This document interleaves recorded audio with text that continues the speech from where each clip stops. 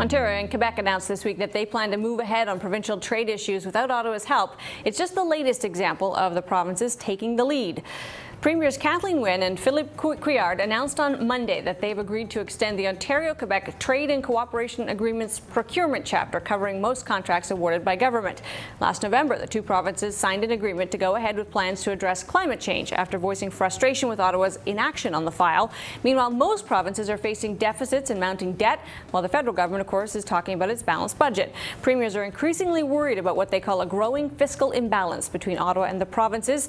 The Parliamentary Budget Office has warned that the upcoming federal cuts to healthcare transfer payments will make long-term provincial finances unsustainable.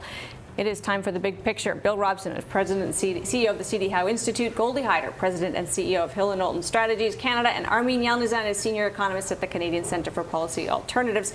Great to have you all here.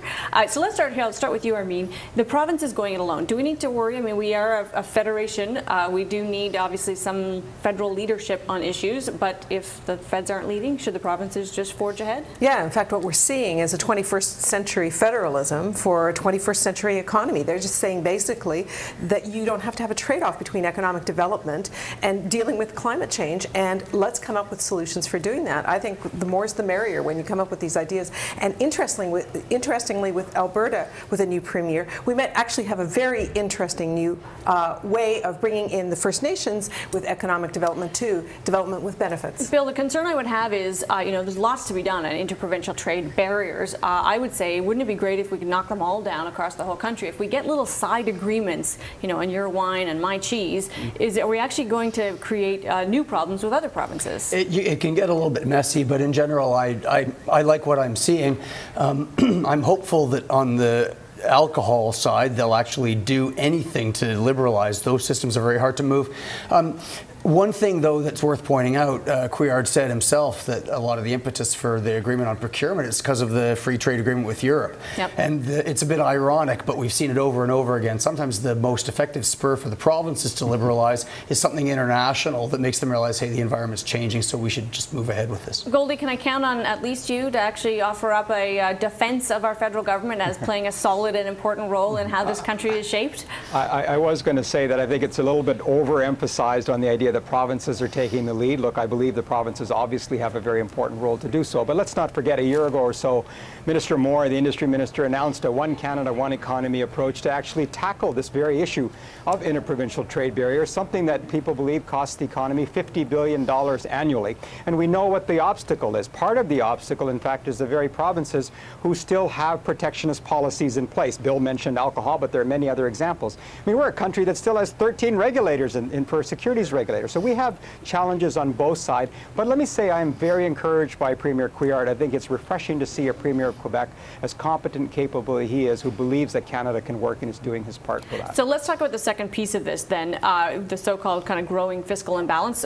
When they presented the federal budget bill, the finance minister said quite clearly there is no fiscal imbalance. Is there or isn't there? The Parliamentary Budget Office seems to think that there is. Well, there is a massive flow of money from the feds to the provinces, that's for sure. It's gone up, actually, it's quite startling. I looked at the numbers.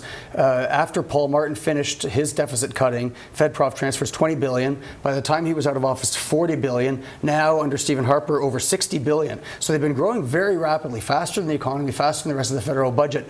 And now we're ramping up to the season where the provinces are going to be saying, you got to give us more, you got to give us more. Right. I liked the tone of the earlier part of this conversation where we talked about the provinces managing on their own.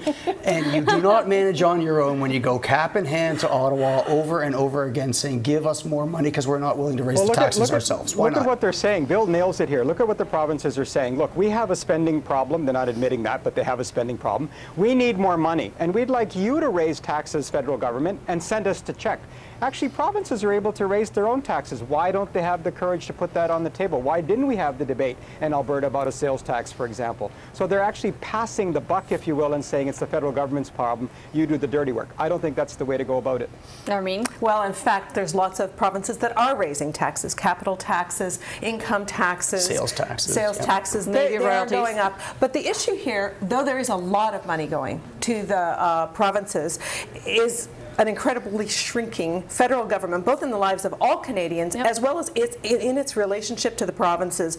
And you know, if the federal government was really interested in saving us all money, it could have used some of the money it's throwing at tax cuts to actually invest in ways that we know would save money for provinces, for all Canadians. We could be, you know, an ounce of prevention is worth a pound of cure, whether it's for aging Canadians, for oral health, for pharmacare, for infrastructure. We don't have a lot of time, but I want each of you to respond to that, because to me, we can talk about the numbers, but to me the principle is, do you want a little federal government, in fact one that goes away altogether, as Stephen Harper I think would be on this that side of that ledger, or do you want a strong centralized federal government that shapes national policy? And I think the question, Bill, is, are we seeing this kind of slow move to power to the provinces, devolving the power, and is that right for Canada? Well, I sure don't want to see a federal government that has just turned into a massive check writing machine to the provinces, but here's the principle that worries me. So you want more money for health care? That's my tax money. Let's not forget that, right? No, it's all the same tax dollars. Suppose you're BC, where you stopped giving away all the drugs to seniors and did it all by income. Should you then pay higher taxes for the province that